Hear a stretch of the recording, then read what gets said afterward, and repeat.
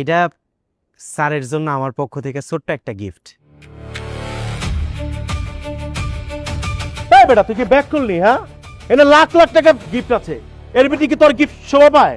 তেলে আর জলে মিলেনি। হ্যাঁ রকে, এটা তুমি কি করলে?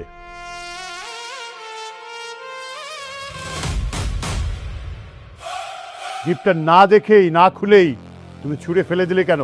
ড্যাডি, সব গিফট তো সব জায়গায় শোভা পায় না, এটা দেখলেই তো বোঝা যায় এর ভিতরে চিরুনি আছে আর পাউডার আছে। কই পাকিস্তান আর কই গুলিস্তান। স্যার, একটা জিনিস না দেখেই তার বাজার মূল্য ঠিক করে ফেলাইলেন, এটাই কি আপনার ব্যবসায়িক নিয়ম? এই ফকির নির্ভুল, তুই কি আমার ব্যবসায়ী গাবি? না স্যার, আপনারা শুধু একটা জিনিস মনে করাই দিতে চাই, সব কিছু টাকার দামে লেখা থাকে না। তোর কথাগুলো শুনতে খুব ভালোই লাগে। সাধারণত যেসব মানুষের কাছে টাকা থাকে না, যোগ্যতা থাকে না, তারাই একটু বড়াই করে কথা বলে, এবং তুই সেই টাইপেরই মানুষ। তোর যখন তুই আত্মবিশ্বাস, ওভার কনফিডেন্স, তাহলে আমার একটা শর্তে রাজি হয়ে যা। কি শর্ত?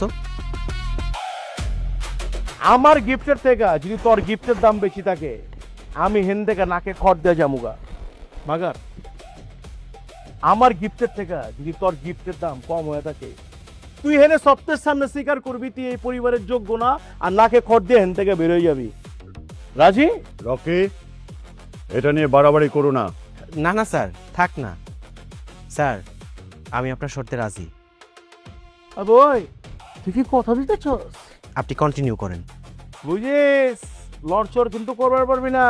লেডিস এন্ড জেন্টলম্যান, এখন আমরা স্ক্যান করব, দেখব কার দম কত বেশি।